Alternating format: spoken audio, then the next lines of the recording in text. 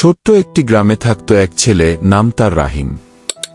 গরিব ঘরের সন্তান, স্কুলে যেত খালি পায়ে, বইগুলো পুরনো আর জামাকাপড় ছেঁড়া। সবাই হাসাহাসি করত, বলতো, তুই কিছুই পারবি না।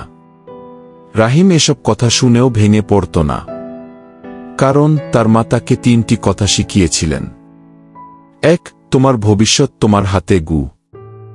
2. পরিশ্রম কখনো বৃথা যায় না ঘি। 3. আল্লাহর উপর ভরসা রাখো, কিন্তু নিজের চেষ্টা থামিও না ঘি। এই 3টি কথা রাহিম মনে গেঁথে নিয়েছিল। দিনে স্কুল, রাতে হ্যারিকেনের আলোয় পড়াশোনা। গ্রামের সবাই যখন খেলায় ব্যস্ত, রাহিম তখন স্বপ্ন আঁকত। একদিন সেই রাহিমই গ্রামের প্রথম ডাক্তার হল।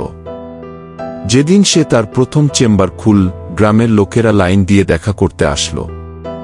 সেই ছেলেটাই আজ সবার প্রিয় খিডা। রাহিম কি? তাকে কেউ জিজ্ঞাসা করলে, এত দূর কিভাবে এলেন? সে শুধু হাসি মুখে বলে, মায়ের শেখানো 3টা কথাই আমাকে বদলে দিয়েছে গি। তাই আপনাদের বলি, কখনো নিজের ওপর বিশ্বাস হারাবেন না। কঠোর পরিশ্রম করুন, ফল আসবেই।